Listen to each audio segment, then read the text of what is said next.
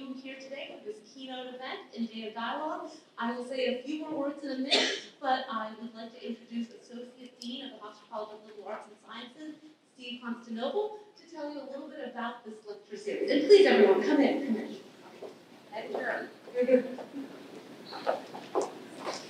Good morning. First, on behalf of Hofstra College, I'd like to thank Professor Bose and the faculty and the staff of the Peter S. Peralta School of Government, Public Policy, and International Affairs for organizing this event. I'd also particularly like to express our appreciation to Senator Ramos for finding the time to come visit us today. The Peralta School's Lives in Public Policy and Public Lecture Series was created to bring distinguished public leaders like Senator Ramos to campus, to share their personal journeys in pursuing careers in public service, and the challenges and achievements that they've experienced along the way. We hope these lectures will encourage and motivate Hofstra students to pursue their own passion for public service. Students in the Calico School in particular, and in its interdisciplinary major in public policy and public service, are eager to participate in public service, whether through elected office, political appointments, or outside organizations that influence policymaking. Speakers like Senator Ramos are role models for our students who want to serve the public and help make the world a better place for all of us. So now I'll turn it back to Professor Bose and enjoy the talk. Thank you.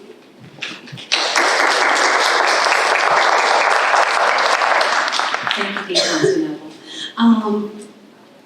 You'll have to excuse me for looking at my written remarks, but there is so much to say about our distinguished speaker that I had to kind of make only the points for myself. They're all good. Let me first begin by, I would be remiss if I didn't just take a moment of our precious time today to thank all of the people who have made this event possible. I have to start with the faculty and the students in the Calico School of Government, Public Policy, and International Affairs. The faculty proposed no one leaves home unschooled with the mouth of a shark. You only run to the border when you... There we go. Sorry about that. Okay. The faculty proposed this lecture series 3 years ago, and we're delighted that the College of Liberal Arts and Sciences supported it for the Public Policy and Public Service program. The students have been steadfast participants in this process. Senator Ramos is our third speaker in the Lives in Public Policy and Public Service lecture series, and I'll say more about her in a moment. I'd also like to thank the Calico School departments who have worked to put this particular lecture series together, particularly history and sociology. Professor Doubleday, Chair of History, I see here, thank you, and Professor Mangino from Sociology, and both of them have several colleagues who have assisted as well. And of course, none of this would be possible without the Hofstra Cultural Center, which makes all of our events possible. And I have to give additional thanks to the Center for Civic Engagement, particularly Dr. Linda Longmire, for including this, there you are, thank you, for making this one of our keynote events in our Day of Dialogue today. Without further ado, let me begin by introducing Senator Ramos, who is our Lives in Public Policy and Public Service speaker, one of our keynote speakers for Day of Dialogue, and the speaker in our State and Local Politics lecture series. So she has many areas of expertise that we hope she'll have a chance to discuss with us today. Jessica Ramos is the New York State Senator from the 13th District in Queens, which has, I believe, more than 160 languages in the district, and covers 6 neighborhoods, including Elmhurst, Woodside, Jackson Heights, and Corona. Many students we have who come from those neighborhoods, and so we are delighted to talk about both local and state politics today. Senator Ramos has spent her life fighting for working families, advocating for labor, and organizing in her local community. As the first American born in her family, Senator Ramos feels a deep sense of responsibility in bridging the gap between immigrant and non-immigrant communities. As a teenager, she was outspoken against poverty and the internal displacement of Colombians. She was elected, I guess that was the first election, president of the New York City Colombian Liberal Youth Council in 2002, and subsequently president of the New York City Colombian Liberal Party in 2005. She was a student at Hofstra University in between there, where I understand from her professors that she was very active on campus, and I neglected to thank also our school communication associate dean, vice dean, Mario Murillo, who also helped me with possible. I knew I would come back to that part.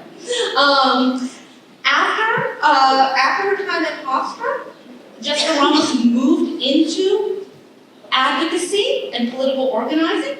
She worked with Build Up NYC to fight for construction, building, and hotel maintenance workers in New York City. She also worked with 2 local unions, helping maintenance workers, office cleaners, public school cleaners win contracts that protected their rights, wages, and benefits. She was director of Latino media for the city of New York. As the city's chief Latina spokesperson, she helped keep New York City's 1.8 million Spanish-speaking residents, community, and ethnic media at large informed about government services and initiatives. She served as communications advisor to the deputy mayor for strategic planning initiatives in the de Blasio administration. And then in 2018, Senator Ramos ran a campaign in the Democratic primary, defeated the 10-term incumbent, and then went on to win the general election for her Senate seat with 89% of the vote. Her agenda in state politics is extensive. I know she'll be saying more about that, so I don't want to reveal too much, but she serves on several committees in the New York State Senate, including labor, cities, consumer protection, transportation, cultural affairs, and the Legislative Women's Caucus. Her agenda includes schools, immigration, term limits, child care. She is a sponsor of the New York Under 3 legislation, which the legislature will take up in January. And I should know, she does not, as a true city resident, she does not have a driver's license. She rides the subway every day, and she is an experienced user of the Hofstra shuttle, I think, from her student days. No, we were able to get her here a little more quickly. It was a good deal. But please, there's much more to say, but please join me so that we can hear from Senator Ramos herself. And give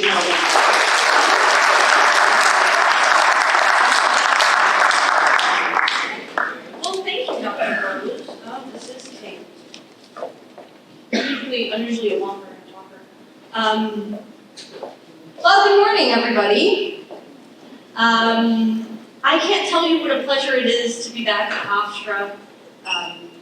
Obviously, we're here at such a critical time of our lives when our minds are really being formed, our political opinions are being hopefully improved, right? By learning history, by understanding how to analyze the current events, the news of the day. And I want to start there. Because I was talking to Dr. Bose earlier about my time here at Hofstra and how it was right after the Iraq War had begun, George W. Bush was president, and the student population here was not as diverse. And that lent itself to, I think, particularly for those who were students of color, to really understand and drill down how it was that we wanted to be heard, what issues we felt needed to be tackled on campus and off campus.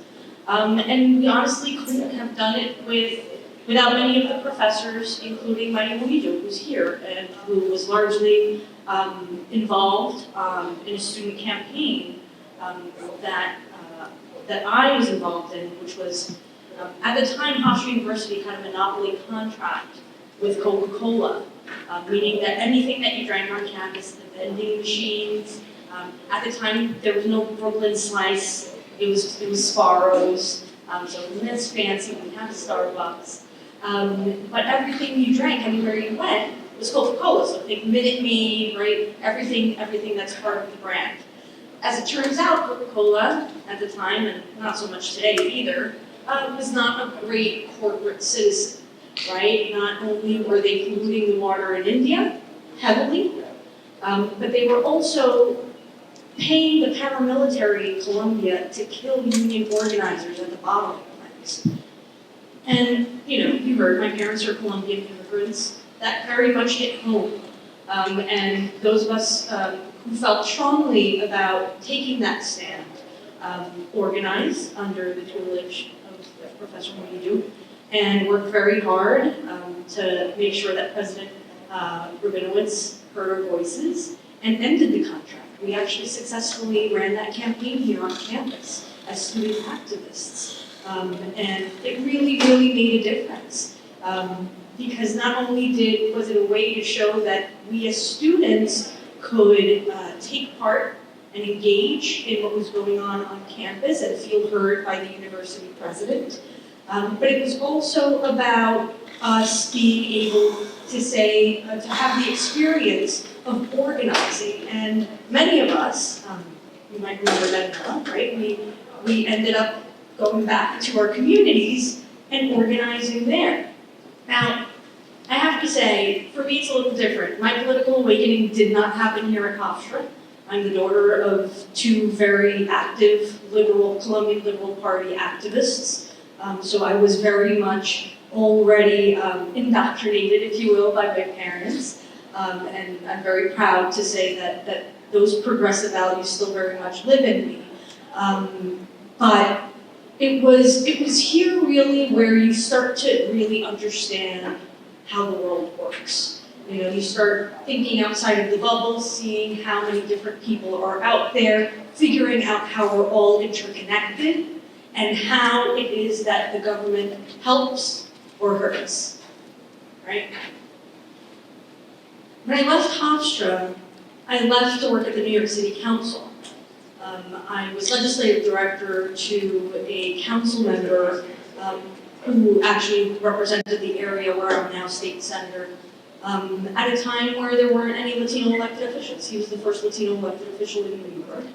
And despite being such a diverse city historically, it was really empowering to see people who look like you in government office. I think that's why we all feel so, feel seen, with the election of Alexandria Ocasio-Cortez, my congresswoman, for example, right? To see people who are young, to see people who are progressive, to see people who are of color, being able to hold office at every level of government is something that I'm really here, hopefully inspiring you to think about a life in public service. Like I said, because my parents were politically active, I very much already saw the community in a certain way or through a certain lens. My dad, in particular, felt very strongly that every human being should have 5 things. Food, access to food, access to clothes, access to a roof over your head, access to higher education, and guaranteed health care for every single person, right? 5 things that we can genuinely agree every human being needs in order to survive in today's world. And so the questions begin about whether government is to provide those things, how should those things be funded, where are these public-private partnerships to happen, and that's where I started asking questions. I ended up working in the labor movement for a while, largely inspired by my activism here.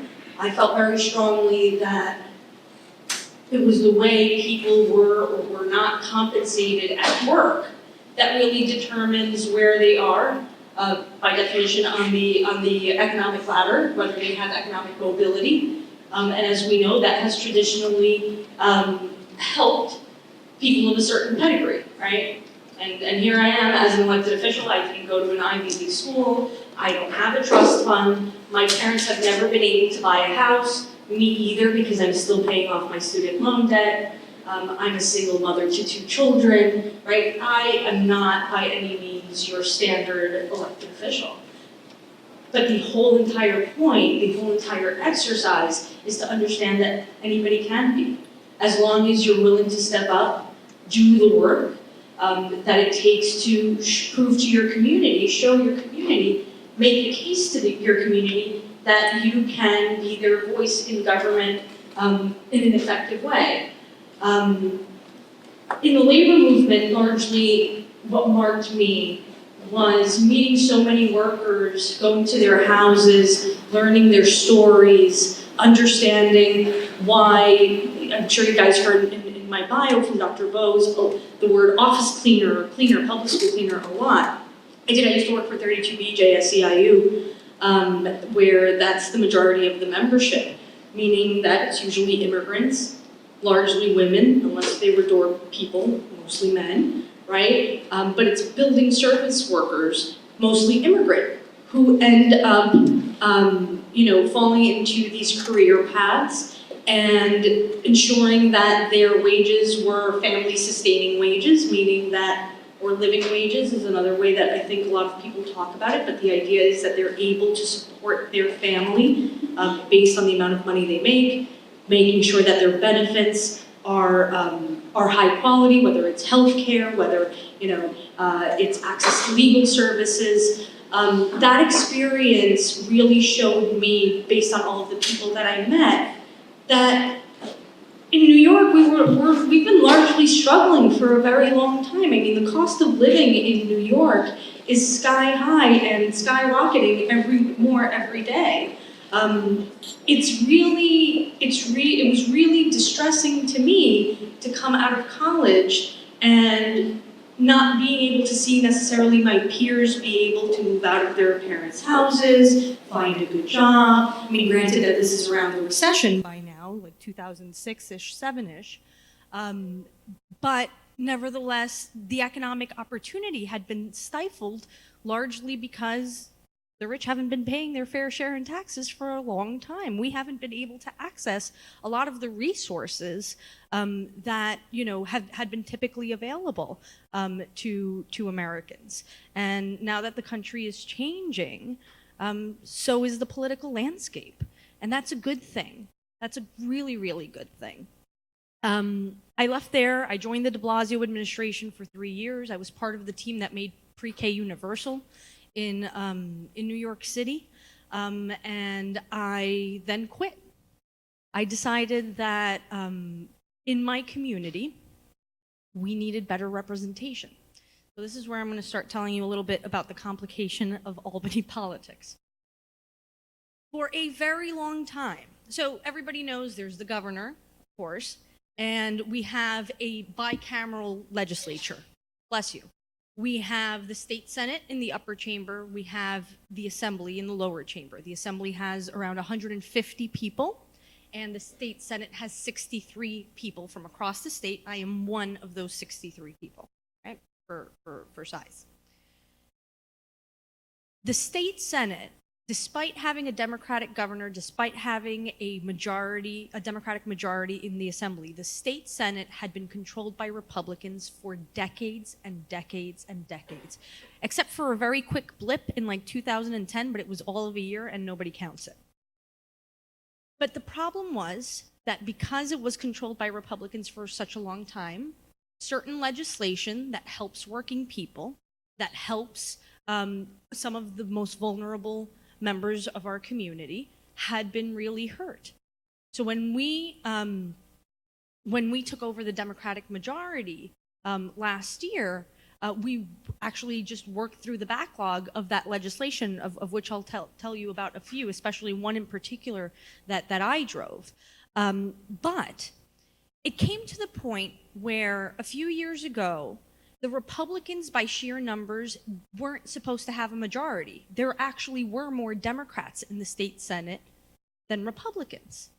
But there was a group of Democratic state senators who decided to disband from the Democratic conference and start voting for a Republican majority. And these guys called themselves the Independent Democratic Conference. You should Google it, read all about it. It's a crazy story. I promise you there's a really good podcast about it. I can figure out the name and hand it over to you guys if you're interested. But it really changed the dynamic of the Senate. And then Donald Trump got elected. right? And whether you're sighing of relief or sighing of dismay, I sigh of dismay. The truth is that the political climate in New York had changed, right?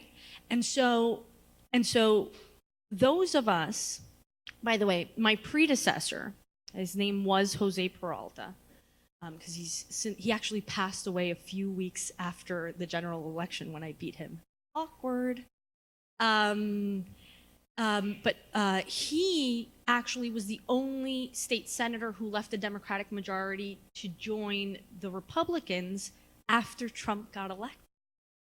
And in a district where we speak more than 160 languages, where we're the second largest LGBTQ community in New York, where we have the largest transgender community in the entire country, we are not to be represented by a turncoat Democrat. I decided to leave my job at City Hall and run for office. And that wasn't a decision to take lightly. That was a decision I had to speak to my family about and for them to understand the sacrifices.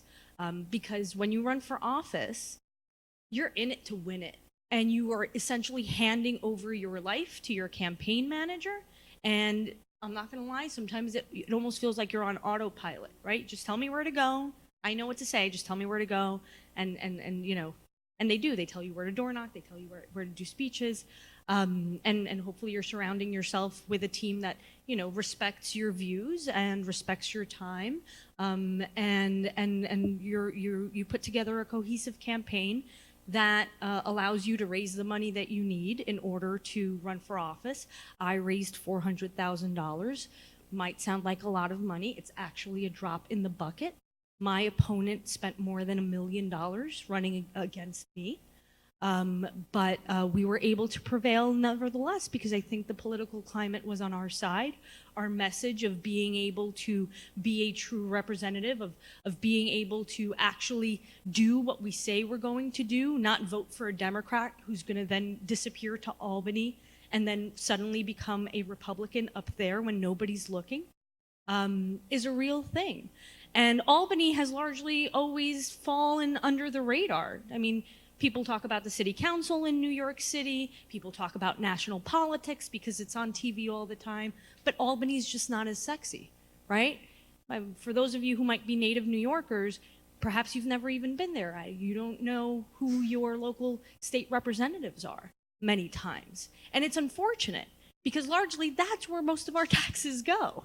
And that's who has jurisdiction over our healthcare, over our education system, over so many different aspects of our lives. And so going back to the backlog of legislation, when we took the mantle of the Democratic majority earlier this January, the first thing we did was pass voter reform, made sure we New Yorkers were able to vote early, and by the way, please do. Early voting starts October 26th. You should find the closest poll to you. There's a bunch of, I don't know if there are local races here, to be honest, but back in New York City, there are a referendum that we're going to be voting on around the CCRB, some police transparency stuff. Very important for you to vote. You have about a week to do so before actual election day. Please participate. We did that. We passed voter reform. Then we passed the Reproductive Health Act, which not a lot of people know that Roe v. Wade, everybody knows what Roe v. Wade is. Roe v. Wade had never actually been codified in New York. So if a woman needed a medical procedure, in order to find a safe way to do it, many times she would have to leave the state at certain points in her pregnancy, even if it was for a medical reason. And by the way, usually it was to Colorado, which means that it's not necessarily very economically accessible to a lot of women. So being able to have those safe procedures here locally is paramount to women's health. We passed GENDA to make sure that we are ending gender and gender nonconforming discrimination at the workplace. We banned conversion therapy because it's just silly. You know, people are gay, people are not sick. And we passed We restored the right to drive for undocumented New Yorkers, which was really important. Undocumented people in New York had been able to drive until September 11th of 2001. That's when their licenses were taken away if they weren't here legally. And so we restored that right, which of course adds to our economy in a very robust way. We passed the DREAM Act so that more undocumented New Yorkers are able to afford to go to college. And it's been kind of like a whirlwind to see so much progress so quickly, right? I can't tell you what an honor it is to be able to have this job. I still wake up in the morning and can't believe it. It hasn't clicked. I haven't assimilated. I'm still a girl from Astoria in my mind, right? I still wear sneakers usually, and not today. And really, it's just incredible to think that really, as long as your heart is in the right place, as long as you want to work with your community, as long as you have love for people, because that's really, I think, what it takes, is that you genuinely love the other person, even if you've never met them. I mean, Republicans often talk about, Christianity, and you start thinking about love thy neighbor, where you really, in its truest form, you don't get to choose the neighbor you love. The whole philosophy around a functioning government, to me, this is my opinion, right? And I say this often, is that we all do better when we all do better. There should be no malice in taking away from those who need, right? We should be able to strive for a more equitable society that means that the richest country in the world doesn't have a huge homeless rate.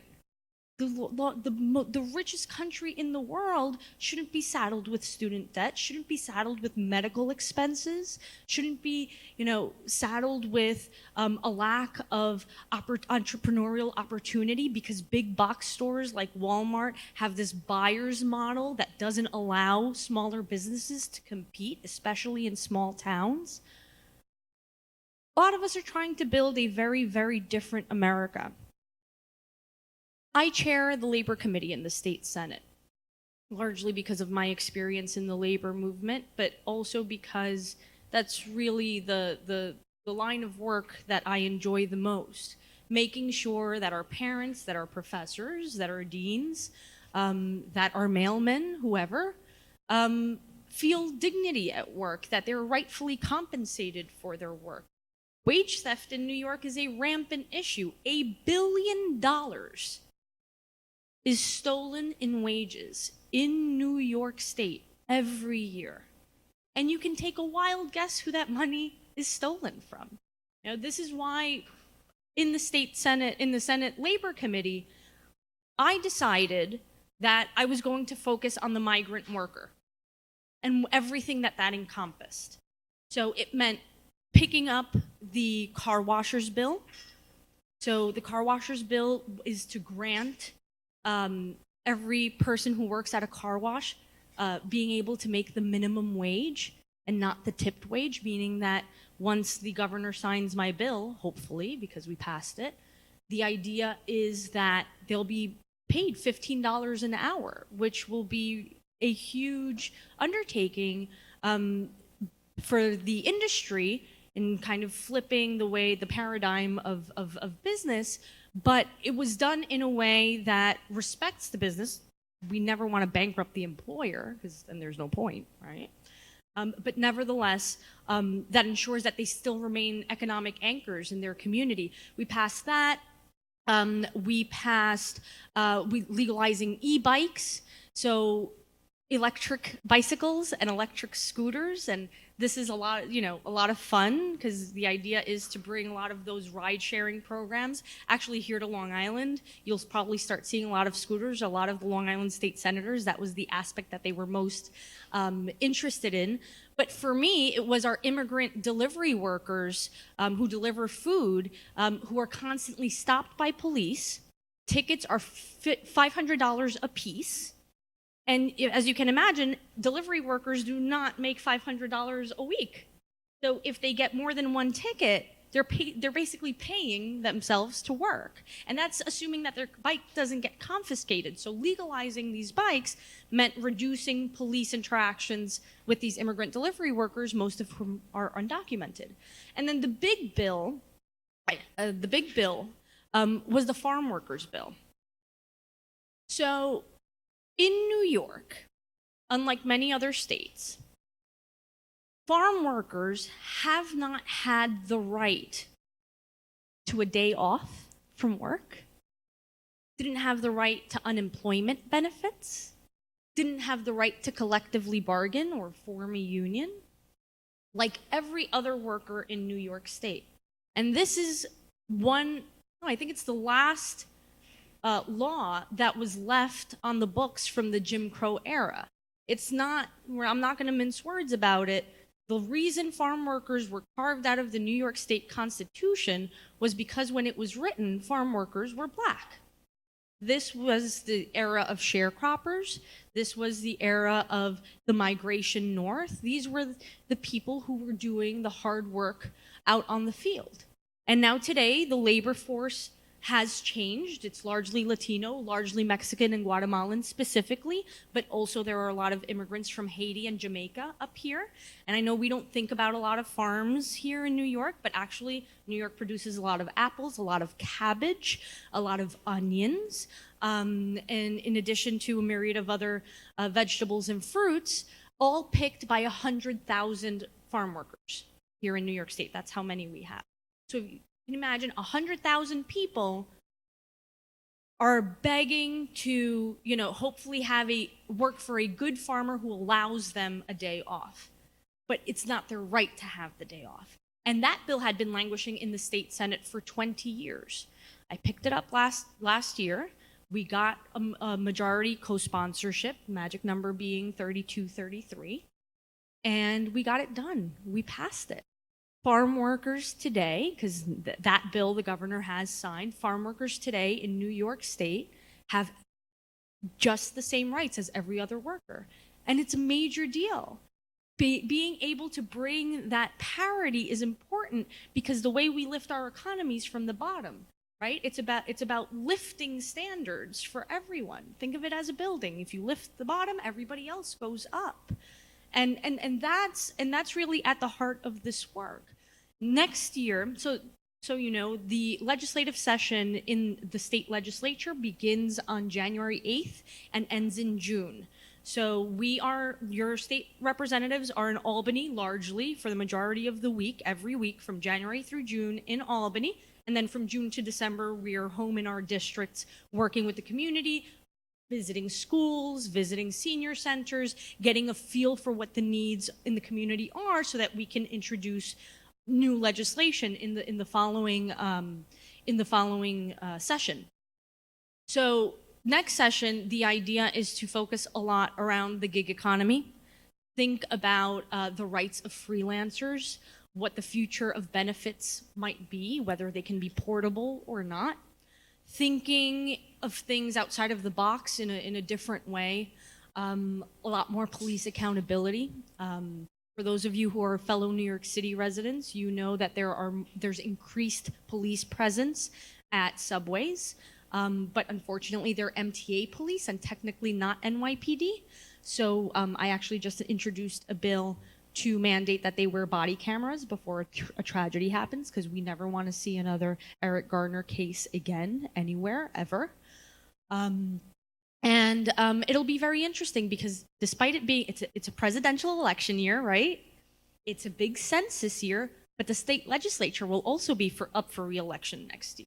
And that'll lend a dynamic, I think, for civic engagement and political activism for US students, for the community at large, in a tremendous way. It's a tremendous opportunity for you to get out, meet candidates, pick your cause. Maybe you're an issue-based activist, not a person-based activist, and that's okay. That's needed too. You just need to find, something that you care about so deeply that you're willing to expend whatever extra time you have to researching, to informing yourself, and then taking what you've learned and taking your informed opinions to your neighbors. So the good thing is that you're already of age to join a community board, right? Or perhaps running for office, depending on the town you may be from. And that's something that you should really think about, how it is that you should give back. Ultimately, and I forget who I'm quoting, but they say activism is the rent we pay for living on this planet. And that's really real, right? Our job is to take care of each other. Our job is to make sure that we're leaving a better planet for people who are to come after us. And that's why I'm so proud to be here and tell you guys a little bit about my journey, because it's been a little unconventional, right? For me, it's been a lot more about work experience, about doing more social work side of things. But that's what we want. We want our governments to be reflective of a variety of life experiences, so that we can produce policy and legislation that really addresses the greatest needs of our time. I endorsed Bernie Sanders for president this weekend. Good. I'm so glad. That's a good thing. Okay, good. And it was largely because let's be real. I don't know how many of my constituents are going to vote for Bernie Sanders as president simply because Jessica Ramos said Bernie Sanders is the guy, right? I don't have that degree of self-importance. But what I do think is important in these endorsements is that it's a reflection of what your values are as a person, right? How it is that you're thinking about the national politics, the aberration that the current administration has been, and how it is that we're going to carve a path forward for our country that includes absolutely everyone. It's not an insurmountable challenge, right? Just because it's difficult doesn't mean it's impossible. It's just going to take everyone, and it's going to take a long time. But that's why we need everybody involved, because everybody is creative. One person might have the solution for healthcare over here, while somebody can think about the transportation solution over there. But ultimately, you know where we are.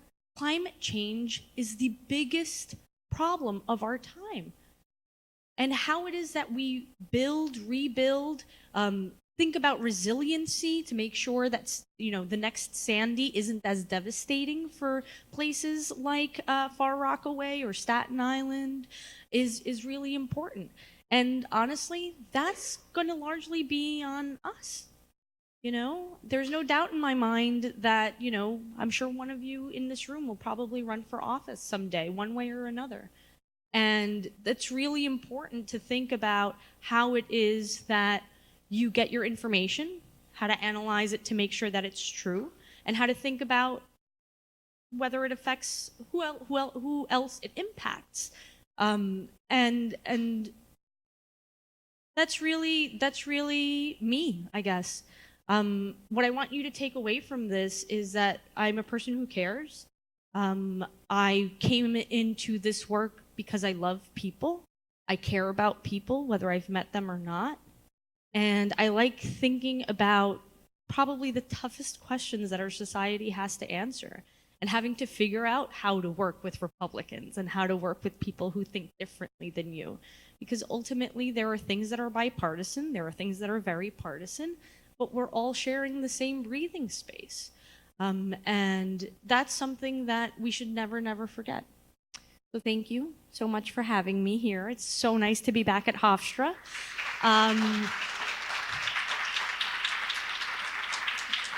And I'm happy to take any questions.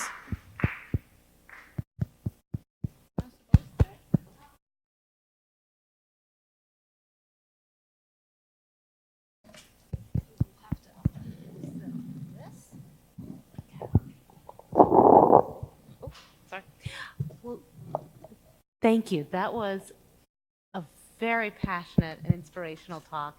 And I suspect that there are many questions from the audience, because I know I came in with questions and I have about 6 more, but I'm going to only ask one, and then I'm going to open it up, and then I'll see if I can squeeze in a few more. But let me ask one that actually, Senator Ramos, comes back to the whole purpose of this address, the lives in public policy and public service. And you have given us such a compelling narrative of your career in advocacy, in city government, and now as an elected official. And your enthusiasm for what you've accomplished in this past legislative session is really encouraging, exciting to see. And then what is planned for 2020? I'm wondering if you'd be willing to share one of the challenges that you've faced in this process, because this is something for so many of our students, whether they want to run for office, whether they want to work for a nonprofit, whether they want to be engaged in their community. There are a lot of roadblocks to each of those, whether it's, you had mentioned campaign finance, right? Financial challenges, the working with people, the need for the demands on your time. I mean, I know how busy your office is and how wonderful they were in scheduling this months in advance and committing to it, right? And I knew with an elected official, you're never sure, but there are just so many demands on your time. Could you, I don't want to kind of make the mood more somber, but what are some of the challenges that you've seen in your? The challenges are many. There's a financial challenge. When you're running for office, you're not working. And if you're working part-time, that means that you're campaigning part-time, and you're not going to win. So right off the bat, you would think that, running for office has largely been designed for people who tend to be more affluent, right? It was very hard on for me and my family, for me not to be working for a full year so that I could just campaign and be state senator. That was a huge, huge, real hardship. The other thing is, as human beings, some of us are better at some things than others. Some of us like doing other things, and people like doing different things.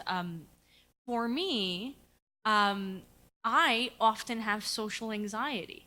As much as I love people, sometimes I have days where it's very difficult for me to, kind of put myself out there. And I think we all feel that, right? We're all human beings. We go through that every day. But our constituents, our neighbors are always expecting you to be on and engaged and happy and paying attention and listening and taking that into account. And that's really important, because that is what you sign up for. You sign up to being a good listener. That's first and foremost, I think, no matter what political stripes you may have, what makes a good elected official is being a good listener. Yeah, I would say that those are two of the hardest things. One very personal, and the other just a lot more practical. This is a job with very long hours. Sometimes I don't have a day off for weeks at a time. It's in many ways a lifestyle, not a job. You don't stop being state senator at 9 p.m., right? Emergencies happen. You're walking down the street and you see that a tree is down, and it's all of that, right? It's all of that, and it's a blast. Thank you. There was a request. You're willing to stand, because I back. This is a very democratic room, so we don't have a stage. I think what we'd like to do is open it up for audience questions, and then I can introduce first. Amy, what are we doing? Are we passing? Okay, so if you could raise your hand, and we'll bring the microphone. Oh, they're both sides. Oh, and we're ready to go. Please, go ahead. Hi, Hey. My name is Sarah. My pronouns are she, her, hers. I'm a senior here at Hofstra with majors in anthropology, global studies, and geography, and I'm a fellow for the Center for Civic Engagement. Thank you so much for coming. I very much appreciate it. I was just wondering, so your story, your journey sounds kind of exactly what I want to be doing after I graduate. And a lot of the times when adults talk about getting into what they did, they just said, well, just join this, just do this. My question is, how do you do that? Because it seems like, oh, just join a board. Well, what are the steps to do that? How do you make yourself a candidate for that? Not even joining an office, but joining the labor movement, doing all the things that you did. How did you do that? Sarah, that's a really good question, because I do think we're at a time where, everybody can, and I said this earlier, everybody can run for office. But there are, I think, certain requirements and things that people should do before feeling like they should be running for office. You should be working in your community, in one way or another. So whether it is that you join your community board, maybe you start your own not-for-profit organization that fills some sort of void, but it really just starts with you. I mean, you have to kind of look within, decide what it is that you feel passionate about. Even if it is that you run for office in the future, 5, 10, 15, 20 years from now, you're going to have a platform, right, that you're running on. So what's that platform going to be about? Do you feel passionate about education? Do you feel passionate about transportation? Do you feel passionate about healthcare?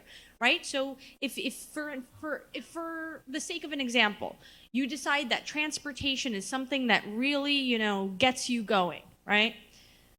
Perhaps it's about figuring out at first when the MTA is going to have a hearing, whether it's about the LIRR or, New York City Transit.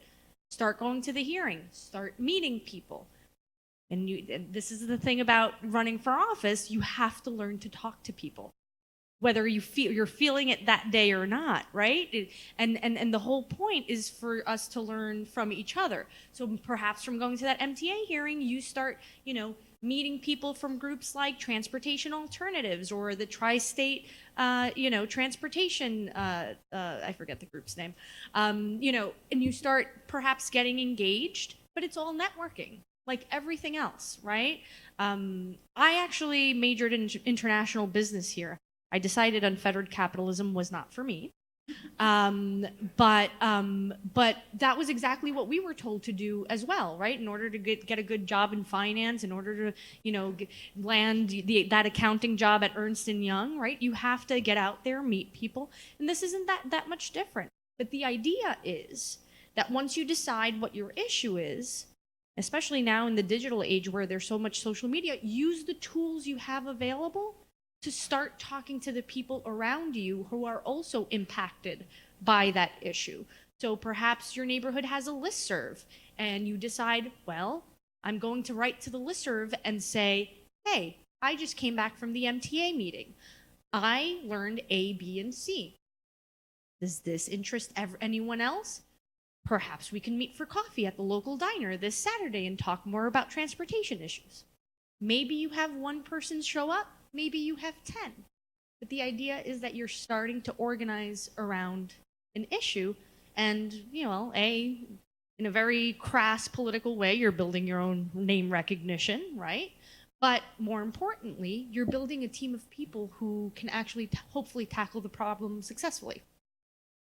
Yeah. Okay. Yeah, if you raise your hand, then we'll bring the microphone to you. I think there's one up Here in Thank the you, front, Amy. yeah. Oh, whatever you'd like.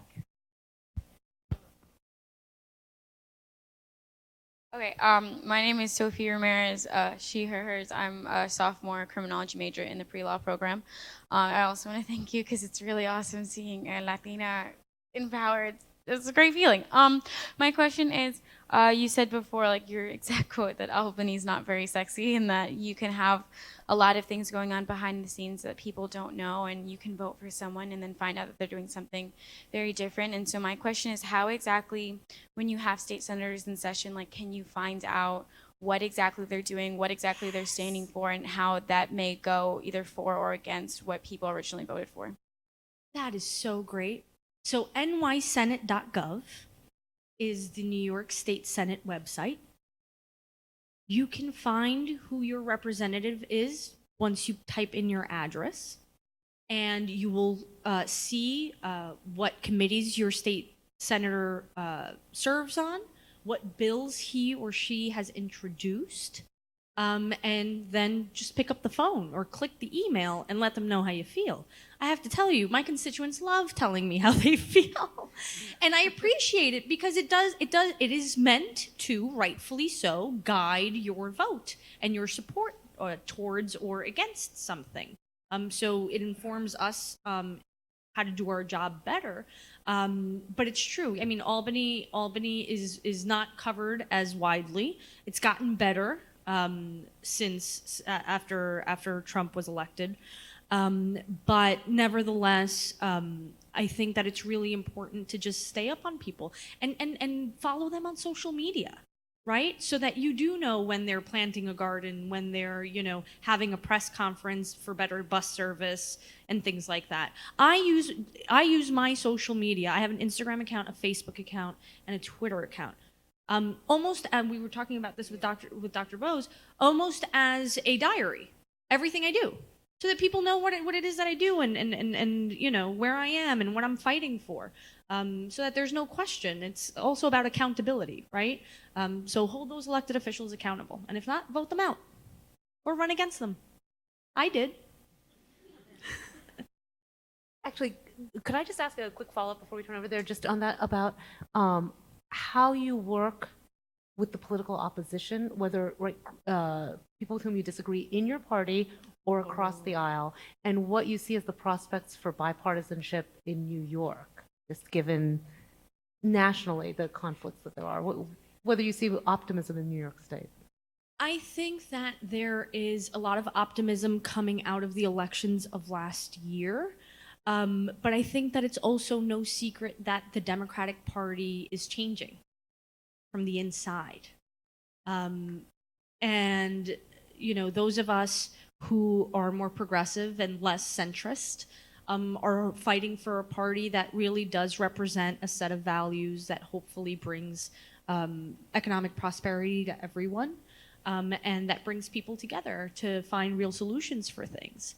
But largely, I think that the whole exercise of making your voice heard really does become tested when you're in the halls of the state Senate talking to Republicans in case you need their votes. I mean, it's different now because since we have a Democratic majority, right? By definition, we don't really need Republican votes to pass bills per se. But sometimes, your bill might be geographically relevant, right? Maybe it's a bill that affects big cities. So even though New York City, of course, is the biggest of the cities, maybe you talk to Joe Robach, who's the Republican state senator from Rochester, right? Or you talk to Bob Antonacci, who's one of the Republican state senators from Syracuse, or New Paltz, or Poughkeepsie, right? Like these are all, or Mineola, right? Well, even though you guys have Democrats out here, mostly, except for Ken LaValle out in Montauk, but we plan on taking him out next year. And the intra-party disagreements are very interesting. I mean, our governor is not, despite being a Democrat, is not progressive on all issues, tends to be quite Machiavellian in his approach to politics, decides on a whim whether he likes you today and will work with you today or not, and it's hard to keep up and it's hard to read, but you have to be willing to work with him nevertheless, and be patient and try not to hold too many grudges. Is what I would say. I mean, for me, it's always been about kind of keeping my north, understanding that there's a bigger goal than whether this guy likes me or not, right? Whether, it's one thing to like someone and a different thing to respect someone. You can respect people you dislike or that you disagree with. And I think that's fundamentally a personal skill that many of us, and I'm not perfect by any means, I'm still very much learning. This job has taught me that. That you can figure out how to be civil and have a political discourse with people that you disagree fundamentally, right? Because the bigger goal is perhaps to pass legislation, perhaps to build something together, and that I think is most important. I think, please. Hi, my name is Chris Moore. My daughter's just here taking the tour. But how did Senator Peralta present himself to his constituents at home? He duplicitous, or did they think he was a real Democrat? No, so he never. So to be fair, he never changed his party registration. He was always a Democrat. But what had happened was that Senator Peralta justified him joining the Independent Democratic Conference. That group of senators I told you were voting for a Republican majority despite being Democrats. He said that it would enable him to bring back more resources to the community. And it's true. He would do these photo ops at schools or with community-based organizations with these huge, big pat checks where he was allocating $100,000, $300,000, right? And not just him, right? Like this is something that politicians do often. I do not. I don't like it. But that was his reasoning. But because of the political climate, I think it really didn't fly, especially at our local Democratic club. And ultimately, it turned out that those checks, that money was never given to the schools or the organizations that he gave them to.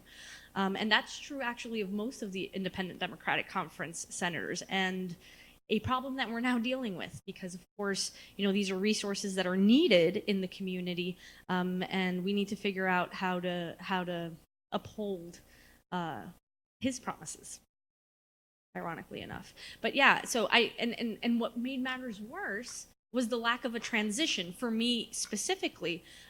So the primary was on September 13th, the general was on November 6th, and Senator Peralta passed away from leukemia the day before Thanksgiving, 3 weeks after I had beat him by 89% of the vote, which was quite surprising.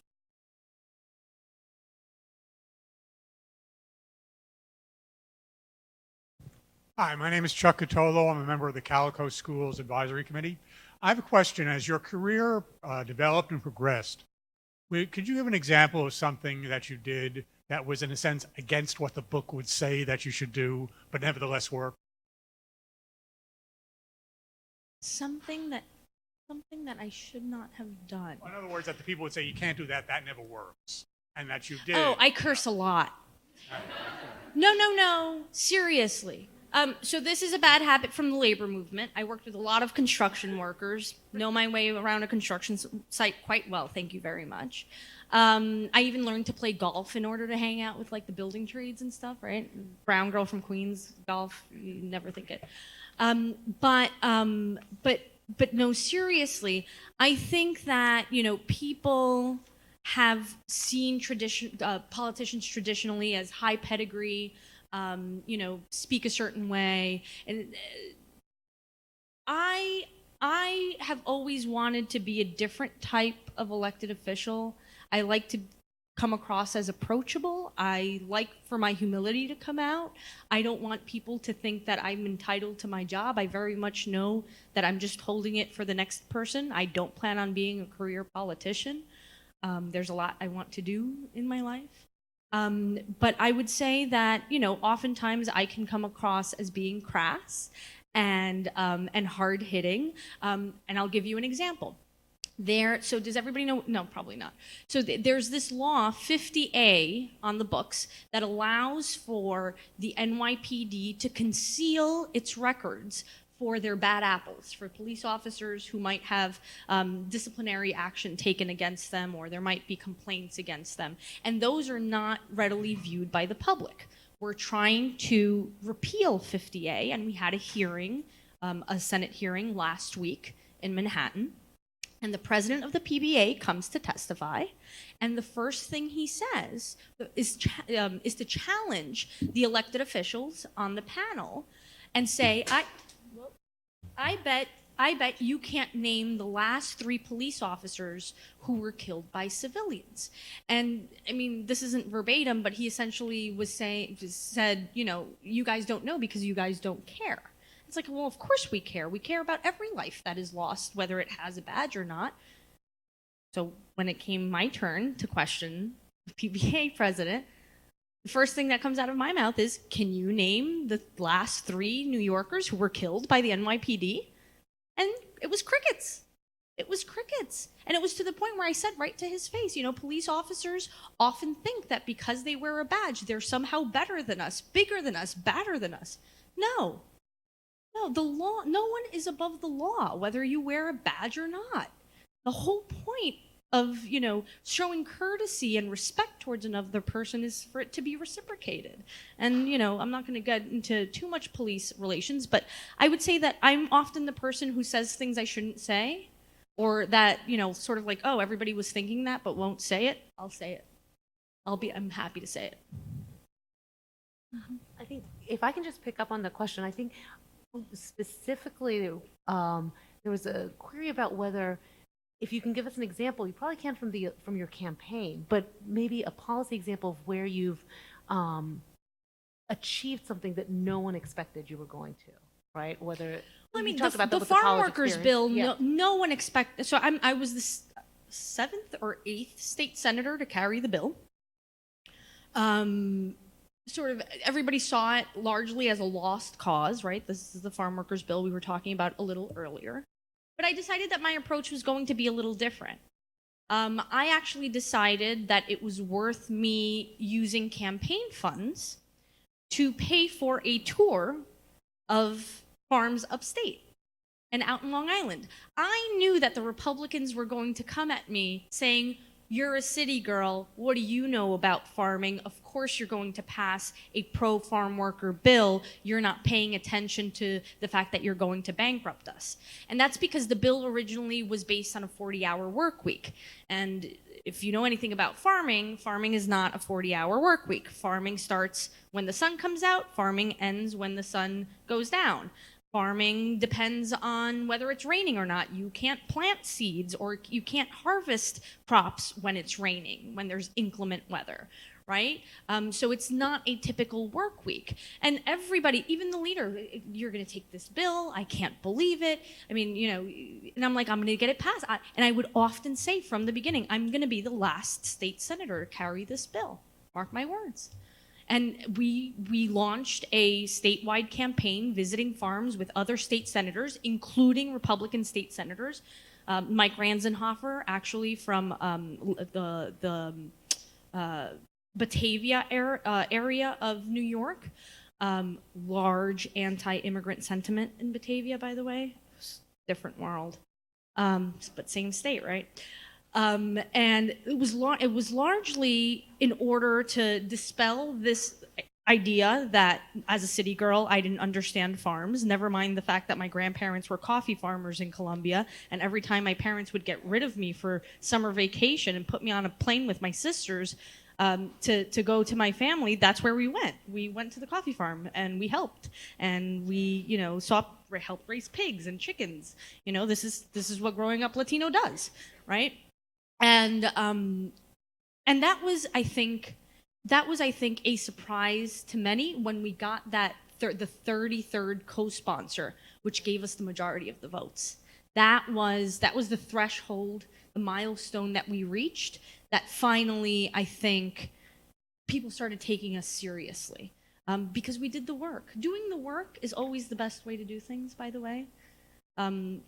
Shortcuts don't often cut it, especially not for big projects, especially not for life-changing, you know, legislation for people. I think we're at a time where people really expect integrity and hard work and transparency, and those are the values that you should be putting forth. Thank you. And not to be flip, but it's good to hear that the lesson about not taking shortcuts applies outside the classroom as well. That's something fair. we say a lot for There's classes. a student in the back. More questions? Yeah, please. Hi, my name's Alex Attili. I'm a freshman political science major. My pronouns are she, her. And you spoke a lot about the labor movement, which really resonates with me because my dad actually works for a labor union. And so I wanted to know what specifically about the labor movement made you want to get into this and work with it. And how do you feel that the progression of the labor movement in New York compares to the rest of America right now? Sure. What union does your dad work for? He works for the Ohio Education Association. Okay. I probably don't know. So when I was born, my mom was a member of the International Lady Garment Workers Union. My mom has been a seamstress her entire life, even until today. And though I was always knowledgeable about the importance of workers' rights, it wasn't until my first job that I really wrapped my head around how bad it is for low-wage workers. So I worked at a law firm in Jackson Heights, where I live today, actually a couple of blocks away, where we would get a lot of construction workers who had gotten hurt on the job. And these construction workers were largely undocumented, what we call day laborers, right? They stand on a corner in the morning, get picked up by a contractor, taken to the construction site. They, do the work, and they're paid for the day, right? Sometimes they get contracted for longer periods of time. But the problem was that what was clear was that nobody was giving these folks any safety training or any safety equipment. So oftentimes there were no harnesses, they weren't provided with hard hats, which by the way is the law. The contractor and the developer need to provide you with this equipment. And I mean, they were falling 2-3 stories down, or things were falling on top of them. And actually in New York today, we lose a construction worker every 5 days. New York City is one of the most dangerous places to be a construction worker, largely because union density is diminishing. People want to build bigger and faster, but not better.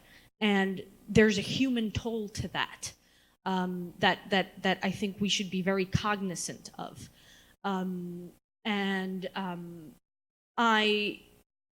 For me, it was from there, seeing my own people hurt that way, that really, coupled with my experience here, right, and understanding now international labor movements, and why people organize for better working conditions, that I really decided that that's where my heart was. All I wanted was to end poverty, right? Easy.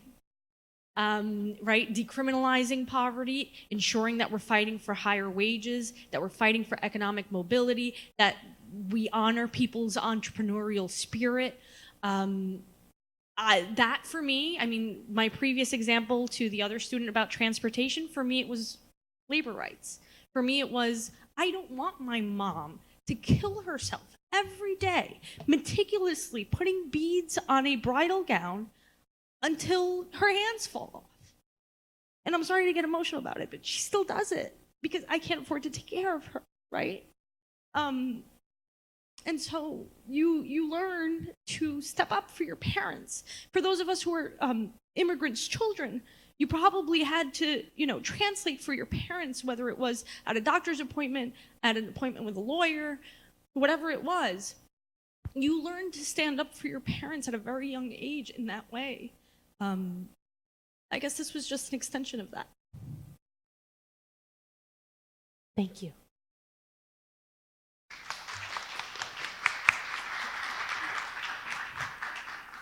Hi. Thanks for coming. I'm Andrea Labresco, head of the Civic Engagement Minor here.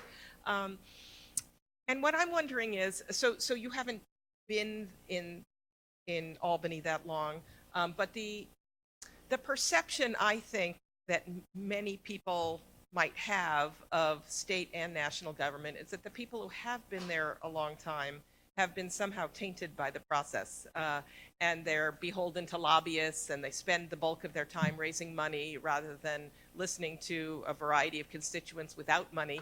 And I know you haven't been there that long, so this might not be your problem yet. But but I'm wondering if you could speak to people about how you deal with that issue that really makes cynics of the general public. Yeah, no, raising money is very, very difficult, especially if you're a candidate who pledges not to take money from real estate, not to take money from oil companies, not to take money from anti-union lawyers, not to take money, from all of these different bad actors that have been corporatizing our government and our electoral process for such a long time, right? It's that catchphrase of taking money out of politics. Which means that you have to dig deep into your community and really depend on your neighbors to hopefully bring others together and provide grassroots donations, and which is a strong show of support, right? If people are going to donate $5 or $500, that person's probably going to vote for you, right? So it's a good thing in that way. I meet with everyone. I actually just met yesterday with the CEO of an airplane cleaning company that is very, very mad at 32BJ, the union for cleaners, because they're organizing the airplane cabin workers. And I heard him out. I disagreed with every single word that came out of his mouth. I let him know I disagreed with every single word that came out of his mouth. It was not an agreeable conversation, but respectful. But nevertheless, if this man, and this happened to me during the campaign, decides to send me a check to think maybe he might be able to sway me on the issue, right? Like, we're all eyes and ears to return it, because I'm not taking that check, right? But ultimately, I think that the money that you receive as donations as a politician is a reflection of who you are as a candidate and a reflection of your agenda for your neighbors, which I think is really, really important. During the campaign, we had a real estate developer send 2 checks from 2 different LLCs, because this is the game that they play, right? And they were deposited to our campaign account erroneously instead of returned, because somebody didn't understand the LLC. It's like, oh, how is this a real estate developer? And we returned the money. He wouldn't take the money back, so we took the $14,000 because he maxed out on me. The max for the primary was $7,000 donation, and we donated it to an immigration organization at the border, helping the kids who are being kept in cages by our president, right? I think it's really interesting to see how that has changed and how that is putting us on a path towards campaign finance reform, in the way that we have in New York City, where for every $1 that a candidate raises, it's matched. I think it's $6 or $7. In New York State, we're on the verge of creating a similar program. There is a commission that was created by legislation we passed that is set to release their proposal for a statewide campaign finance system by the end of this year. We'll see how good it is. I have my, I feel like a cynic about it. I'm a little cynical about it. But the truth of the matter is, I think that that's where we're headed. It's a good thing. It levels the playing field for more people, especially, those who aren't necessarily well connected or affluent themselves. And we'll see how that improves our politics. We're coming close to the next class period. We have time for probably one more question. Are there any we've had so many wonderful questions here, and very moving responses. So, any student questions I ask? If not, any questions, period? All right. Well, all right. Well, then I'll take the privilege of asking the last one.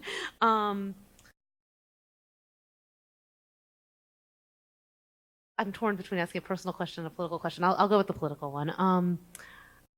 There's a lot happening, not just in New York State politics, as you've discussed, but obviously in Washington with the coming day-to-day and the coming presidential race, the congressional races, state elections in 2020.